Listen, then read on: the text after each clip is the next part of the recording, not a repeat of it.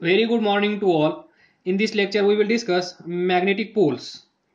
In last lecture, we have discussed that the magnetic field due to current carrying loop, यालाच आपण म्हणतो current carrying circular loop.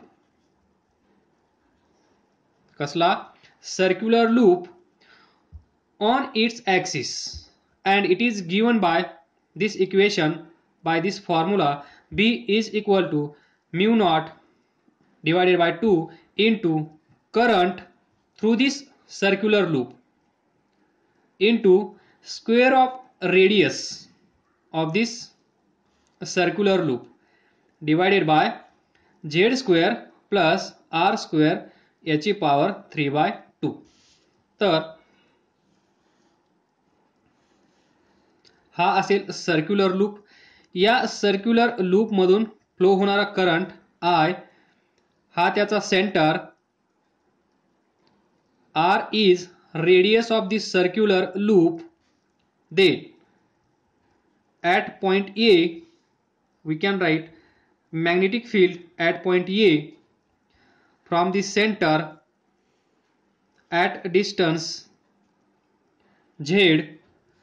तर magnetic field due to this circular current carrying loop at point A, that is on its axis, ही या circular लूपची काय आहे, axis. तर या ॲक्सिसवर मॅग्नेटिक फील्ड किती आहे हे आपण पाहिलं, आणि ते किती आहे, mu naught divided by 2 into या सर्क्युलर लूपमधून फ्लो होणारा करंट I इंटू या सर्क्युलर लूपची रेडियस त्याचा square divided by z square, म्हणजे हे डिस्टन्स या सेंटर पासून किती दूर, that is at distance z on this axis, त्याचा square plus again this radius of this circular loop r त्याचा स्क्वेअर, आणि या ब्रॅकेटची power 3/2.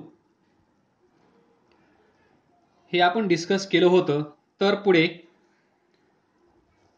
magnetic field at point A, that is on axis, is mu naught divided by 2 pi. इथे पाय adjust केला आहे, तर I into pi r square divided by z square plus r square power 3/2.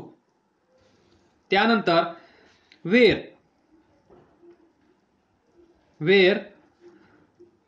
पाय R square म्हणजे काय असेल, हा सर्क्युलर लूप तुमच्या समोर आहे. या सर्क्युलर लूपची रेडियस अवेलेबल आहे, तुमच्या समोर आहे. तर पाय आर स्क्वेअर काय असेल, एरिया, बरोबर. या सर्क्युलर लूपचा एरिया, त्याला आपण म्हणतो area vector, it is equal to A. तर we can write magnetic field at point A, that is on this axis, is mu naught divided by 2 pi, mu naught divided by 2 pi into I into A divided by z square plus r square याची power 3/2. तर इथे याला पाहून तुम्हाला कशाची तरी आठवण झाली असेल. What is this, I into A, I into A, current and area vector.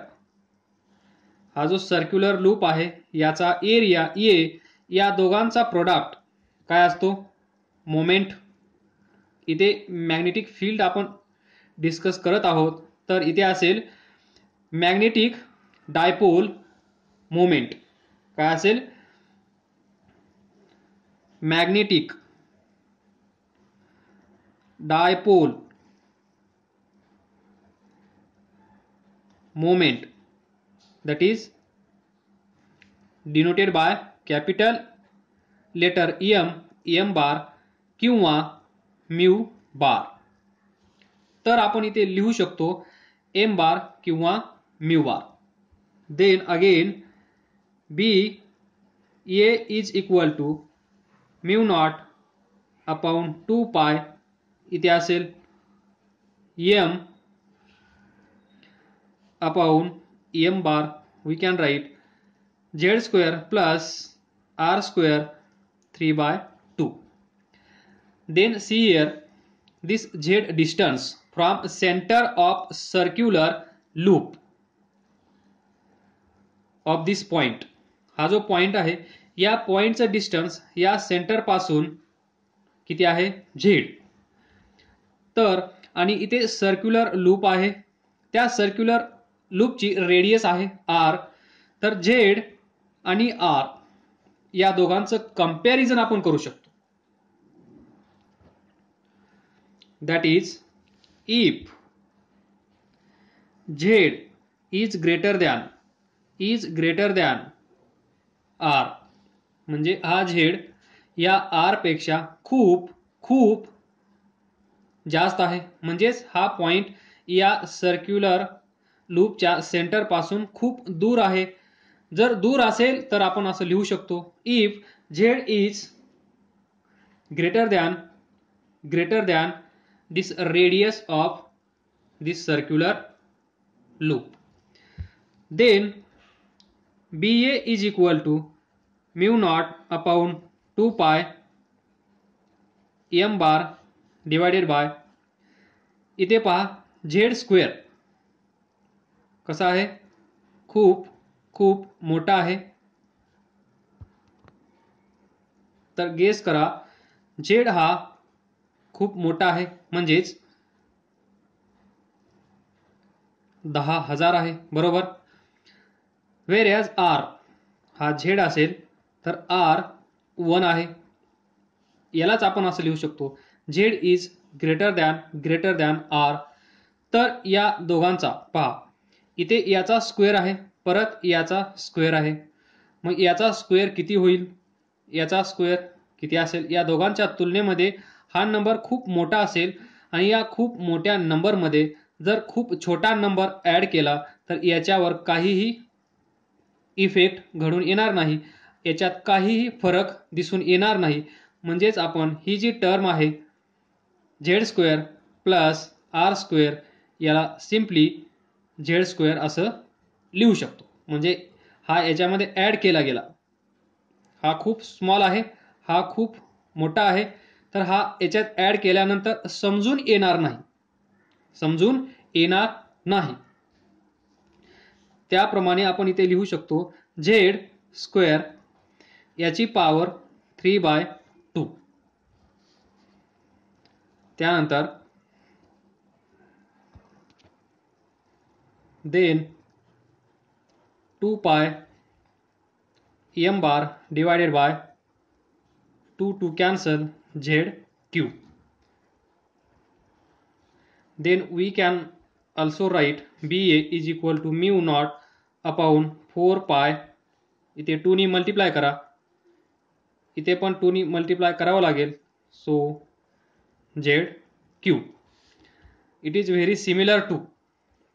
तर पहा हे जे आपण डिस्कशन केलं आहे इथे हे कशासाठी केलं आहे, फॉर सिंगल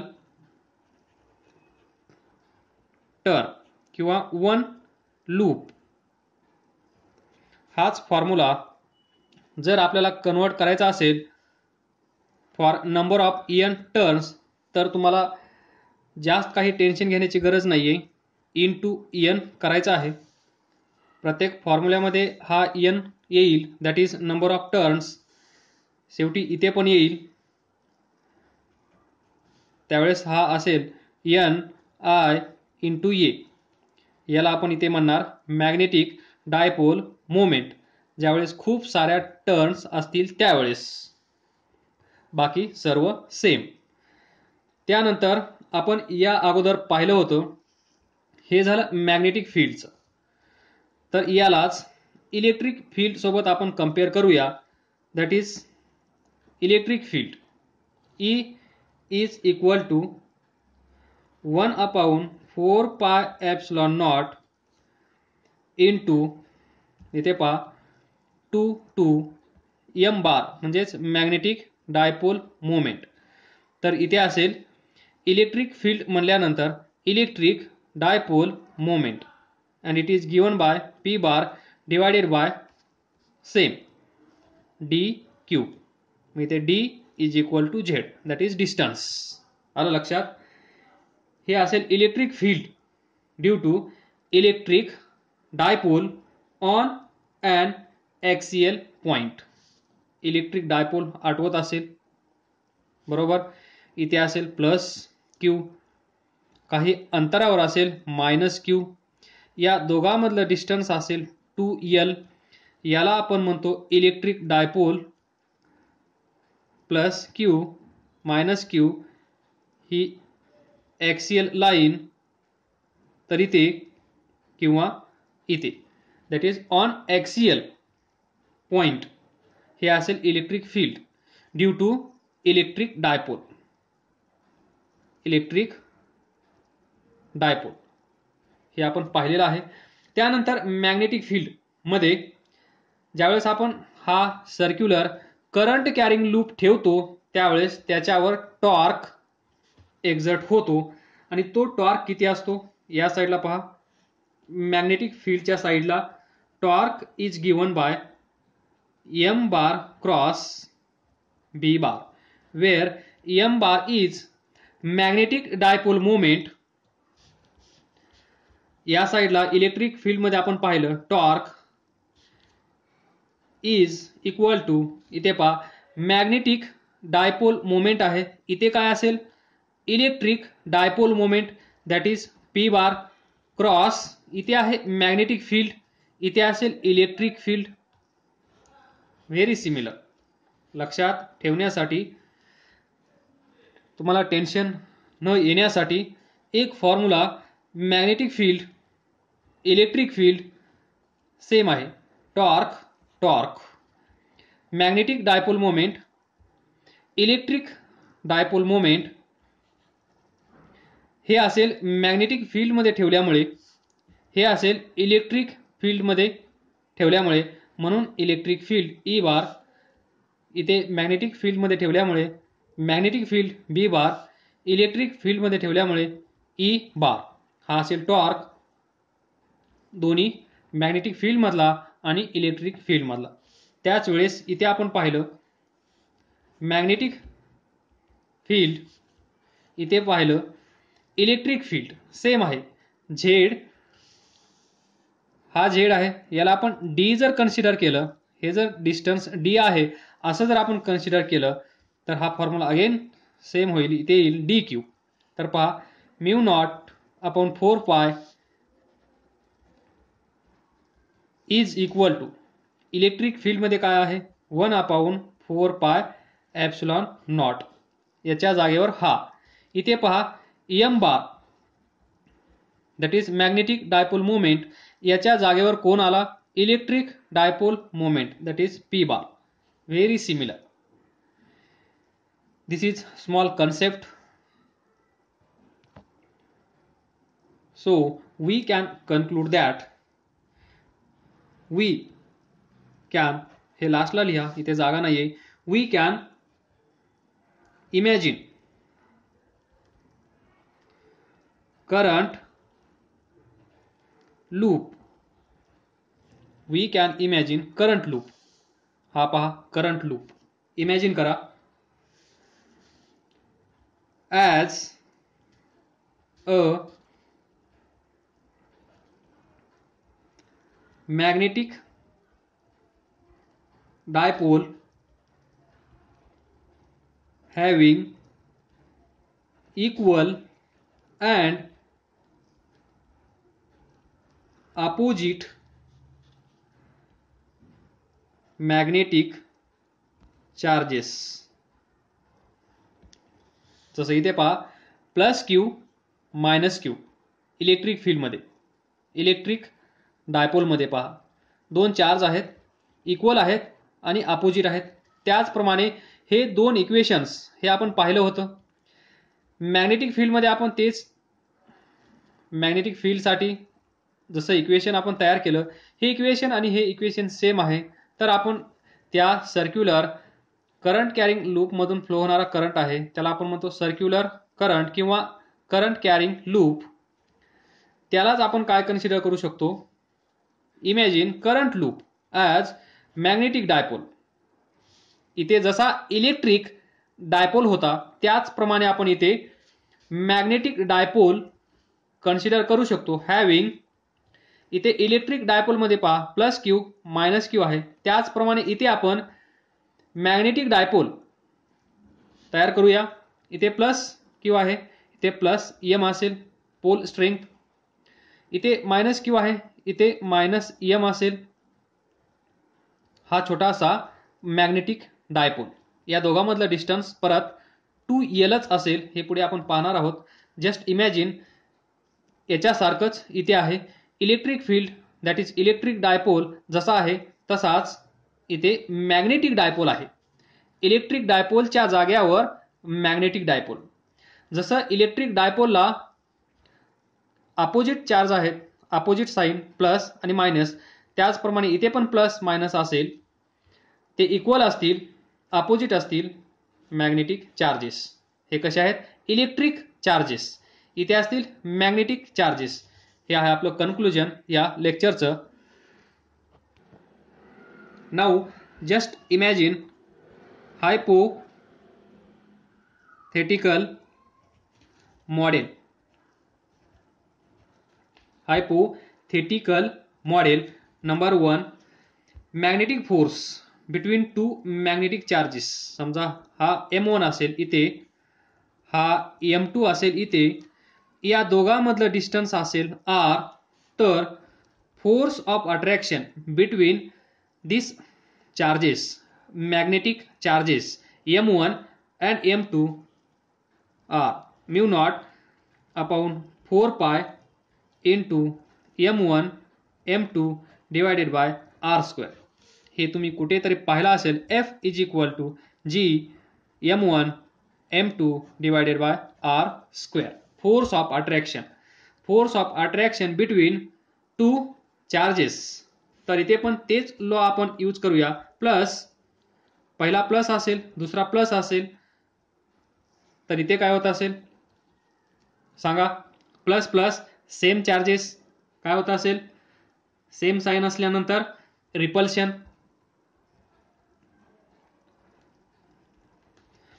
निगेटिव्ह असेल तर अगेन रिपल्शन, प्लस मायनस असेल तर अट्रॅक्शन. हे सांगण्याची गरज नसावी, जे इथे आहे तेच इथे अवेलेबल आहे. बरोबर, म्हणजे या दोघांमधला फोर्स अट्रॅक्टिव्ह आहे की रिपल्सिव्ह आहे हे तुम्ही कसं ओळखणार, जसं इथे ओळखत होतात त्याचप्रमाणे इथे पण plus plus repulsion, minus minus repulsion, plus minus attraction, minus plus attraction. तर हे लक्षात ठेवा.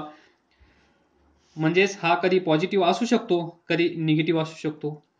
हा कधी पॉझिटिव्ह असू शकतो, हा कधी निगेटिव्ह असू शकतो. या दोघांमधलं डिस्टन्स R असेल तर फोर्स ऑफ अट्रॅक्शन किंवा फोर्स ऑफ रिपल्शन किती असेल, mu naught divided bye 4 pi into M1 M2 divided by या दोघांमधली दूरी that is distance between M1 and M2 is R आणि त्याचा square. Second point from hypothetical model. तर असं consider करा,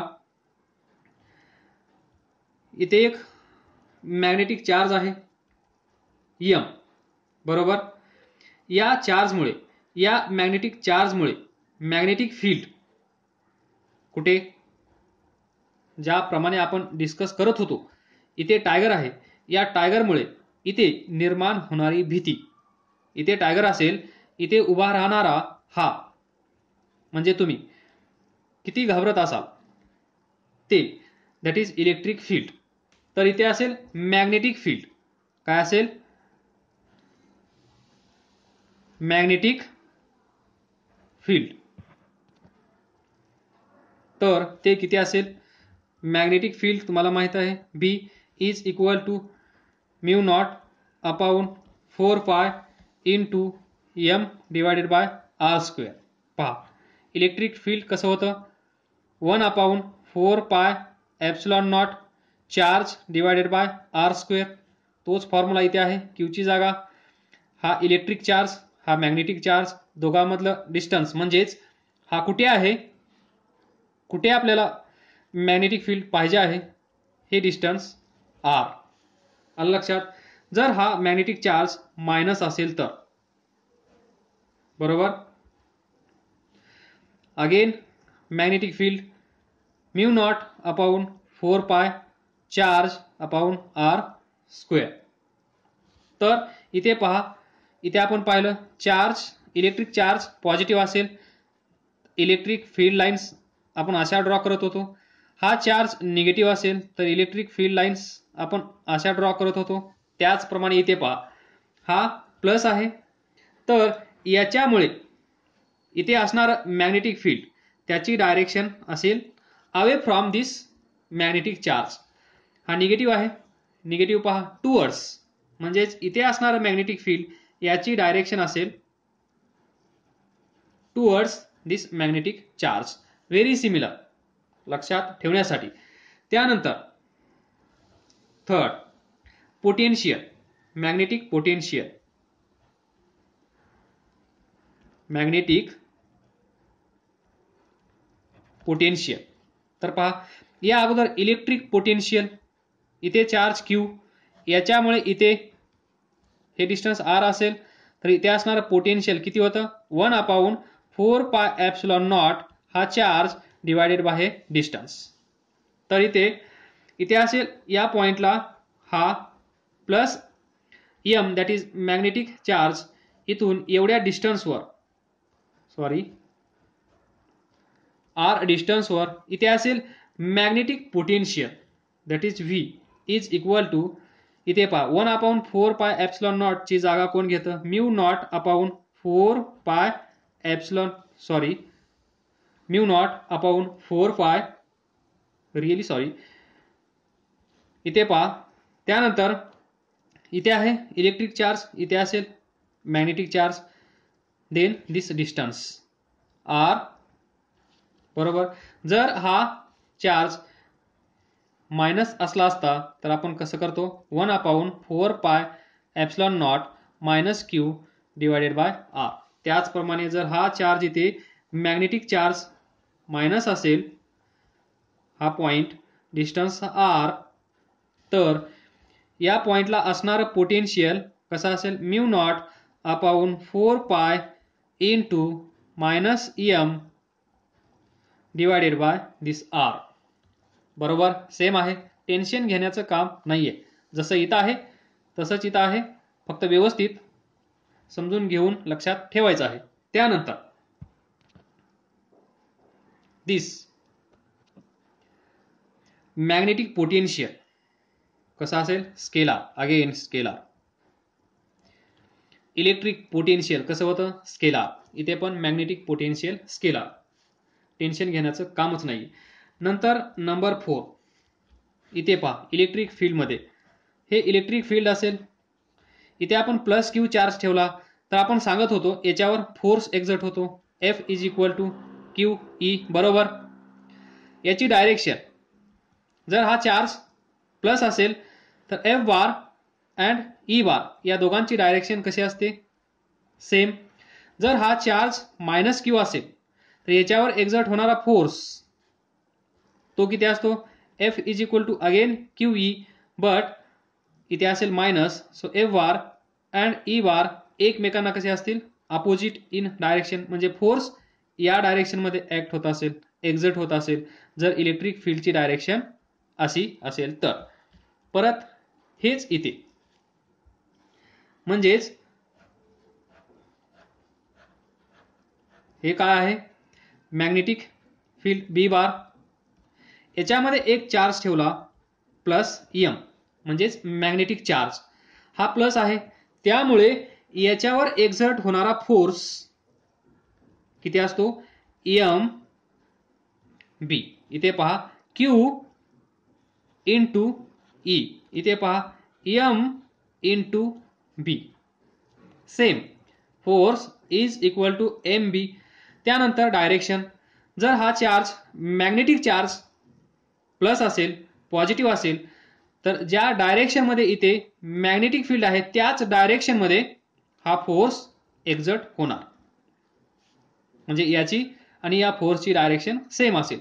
जर हा charge magnetic charge minus M असेल तर याच्यावर एक्झर्ट होणारा फोर्स या बी बारला अपोजिट असेल. That is F is equal to minus M B bar. आलं लक्षात? इथे आहे तसंच इथे आहे, टेन्शन घेऊ नका. नेक्स्ट 5. तर पहा इथे मायनस मॅग्नेटिक चार्ज असेल, इथे प्लस एम असेल, दॅट इज मॅग्नेटिक चार्ज. या दोघांमधलं डिस्टन्स 2l असेल, तर हे दोन चार्ज मिळून काय तयार करतात?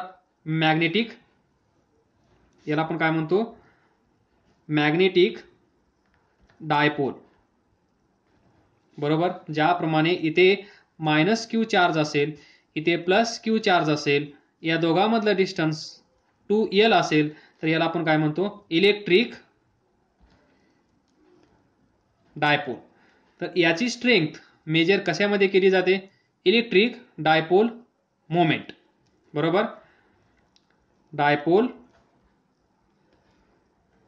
Moment denoted by p bar and given by charge into distance between these two charge. असंच इथे कॉपी पेस्ट करा. Magnetic dipole. बरोबर. इथे काय असेल? Magnetic dipole moment, simply magnetic moment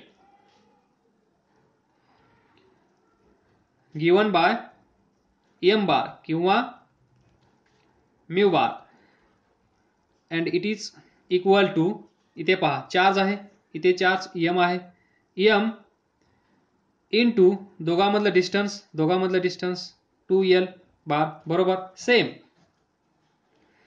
that is magnetic dipole moment M bar is equal to M into 2l.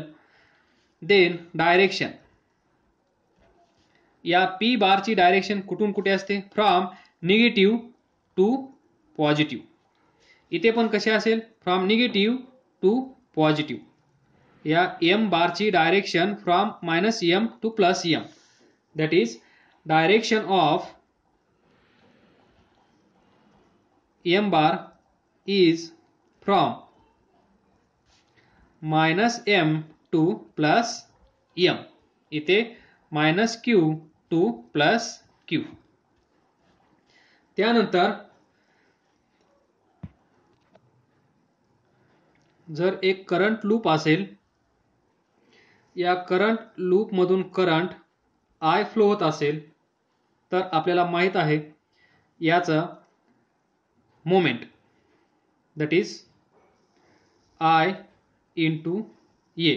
Current loop dipole moment is equal to I into A. तर यालाच आपण replace करू शकतो. That is a current loop having area A carrying current I may be or can be replaced by magnetic dipole. Magnetic dipole तुम्हाला माहित आहे कसा असतो? Plus M minus M. याला आपण म्हणतो magnetic dipole having dipole moment M bar. किती असतो याचा? स्ट्रेंथ इंटू या दोघांमधलं डिस्टन्स 2l असेल, तर 2l. This is magnetic dipole moment. हा current loop having area A, याच्यातून फ्लो होणारा करंट आय, याचं पण डायपोल मोमेंट किती असेल? आय इंटू ए. बरोबर. याचं डायपोल मोमेंट एवढं. इलेक्ट्रिक डायपोल मोमेंट IA इथे असेल तर यालाच आपण रिप्लेस करू शकतो बाय दिस.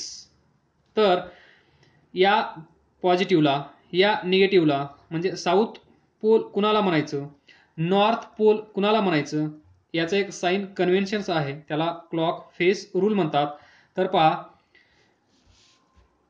हा लूप असेल, या लूपमधून करंट असा फ्लो होत असेल तर इथे एन ड्रॉ करा, एनला थोडं इथे ॲरो द्या, याला असं बेंड करा, याला या डायरेक्शनमध्ये बेंड करा आणि इथे ॲरो द्या. जर ही डायरेक्शन करंटची आणि या एनची डायरेक्शन मॅच झाली तर हा पोल कोणता असेल, समजा इथून तुम्ही पाहत आहात, इथून तुम्ही इकडे पाहत आहात, तर तुम्हाला जर त्याच्यामध्ये एन दिसत असेल, हा याची डायरेक्शन मॅच करत असेल, तर इकडून पाहिल्यानंतर हा जो सर्क्युलर लूप आहे तो असेल नॉर्थ पोल. तर पहा इथे एन ड्रॉ केला, ॲरो पहा, हा ॲरो पहा मॅच होत आहे, इथून करंट असा येत असेल तर हा ॲरो मॅच होत आहे. म्हणजे इकडून जर आपण पाहिलं, इथून पाहिलं तर हा फेस कोणता आहे, नॉर्थ. मग या साईडचा कोणता असेल, साऊथ. आणि नॉर्थ पॉझिटिव्ह कन्सिडर करायचा, south negative that is -em हा +em. तर +em तर इथे काय असेल, मग या साईडने आपण पाहत आहोत, या साईडनी तर आपल्याला नॉर्थ दिसत आहे, म्हणजे राईट साईडला प्लस असेल, या साईडला मायनस असेल. म्हणजे याची रिप्लेसमेंट आपण अशी करू शकतो. करंट लूप गायब करून तुम्ही तिथे हा छोटासा बार मॅग्नेट त्याला आपण म्हणू शकतो, किंवा magnetic dipole having dipole moment that is एवढा. याची रिप्लेसमेंट ही, एवढं लक्षात ठेवा. आणि डायरेक्शन कशी डिसाईड करणार, बाय युजिंग दिस. साऊथ हा करंट लूप, तर पहा याची डायरेक्शन चेंज करा, बरोबर. डायरेक्शन पहा क्लॉकवाईज आहे, हा एस पहा याची डायरेक्शन मॅच होत आहे. तर या करंट लूपचा हा फेस ज्या साईडने आपण पाहत आहोत तो असेल south pole. In short, m bar is equal to m into 2l is equal to I into E. हे लक्षात ठेवायचं आहे तुम्हाला. बस, काय समजलं नसेल तर विचारा.